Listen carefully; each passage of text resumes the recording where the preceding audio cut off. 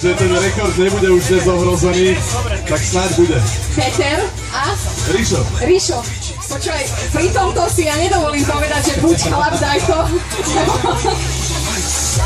Jedna rovno vyletí. Hlavne skontrolujte, či to máme dobre ukotvené toto, lebo to má na Ríšo skončiť niekde v Trnave dnes, keď sa do toho zapne. Počúvajte, vy ste dobehli teraz Tour de France, že áno? Opálený.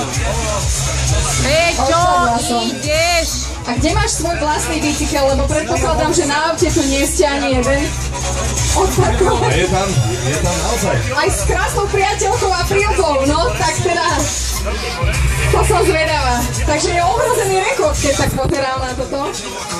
No pokiaľ doteraz aktuálnemu držiteľovi rekordu bolo všetko jedno, tak myslím si, že teraz už nie je.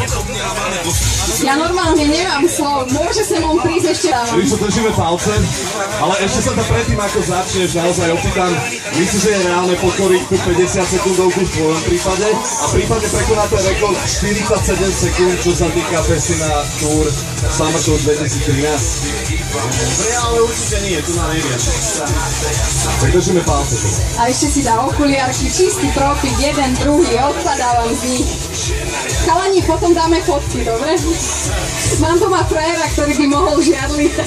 Aj my môžeme, baga. Aj vy môžete, ale ja sa budem iba fotiť naozaj, budem mať ruky nad hlavou.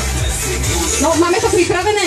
Peťo a Richard, hej? 5, 4, 3, 2, 1, a idete chlapi. No, tak toto si pozriem. Sypané, ja som napätá. 10 sekúnd za nami. Červená bodka je o niečo rýchlejšia. 20 sekúnd za nami v tomto momente. Ináč poviete mi niekto, na čo nám sú atomové elektrárne, keď máme takéto výkonné stroje tuto? 27 sekúnd. 30 za nami. A je za polovicou, že ďaleko za polovicou. Vieš, čo je sranda, že tí ostatní v tomto úseku už išli tak o polovicu pomalšie ako doposiaľ, ale Ríšo si šlape, Ríšo si ide svoje, ako nič. Ja neverím. Ríšo, poď. 5 sekúnd, poď. 3, 2, 1.